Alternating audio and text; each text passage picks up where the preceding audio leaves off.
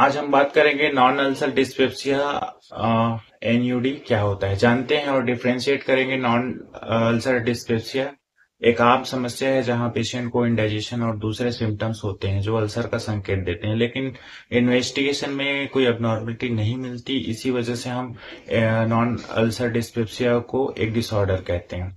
Symptoms में इसके functional dyspepsia के लक्षण कुछ इस प्रकार हो सकते हैं, जिसमें आदमी को पेट दर्द या जलन, ब्लॉटिंग हो सकती है, एक्सेसिव बेल्चिंग हो सकती है या खाने के बाद नौजिया हो सकती है, जल्दी से पेट भरा हुआ महसूस होना।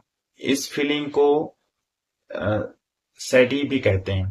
पेट का दर्द जो खाने से संबंधित नहीं होता या खाने के बाद ठीक हो जाता है, ये सारे सिम्टम्स होते हैं। अब नॉन अल्सर डिस्पेप्सिया के लिए ट्रीटमेंट प्रोटोकॉल क्या होनी चाहिए, तो ये मैं आपको बता रहा हूँ। डाइट में मिठाई, फैट और दूध से परहेज करना चाहिए। इसके साथ ही टैबलेट में एमिट्रिप्टिलिन 25 mg का टैबलेट रात को एक बार डेली लेना चाहिए। ओमेप्राजोल 20 mg का कैप्सूल सुबह और रात को खाने से आधा घंटा पहले सुबह शाम लेना चाहिए।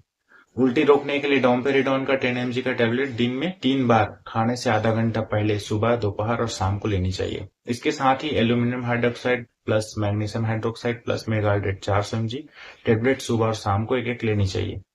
साइकोथेरेपी में एंटीफ्लैचुलेंस सिरप जैसे एल्यूमिनियम हाइड्रोक्साइड, मैग्नीशियम हाइड्रोक्साइड, सिमेथिकॉन आधा आधा ढक्कन दिन में 3 बार लेनी चाहिए, या फिर इसी का सेम कंटेंट में टैबलेट भी दिन में 3 बार ले सकते हैं। और कुछ भी सवाल आपको इस ट्रीटमेंट के बारे में है तो आप हमसे कमेंट करके पूछ सकते हैं।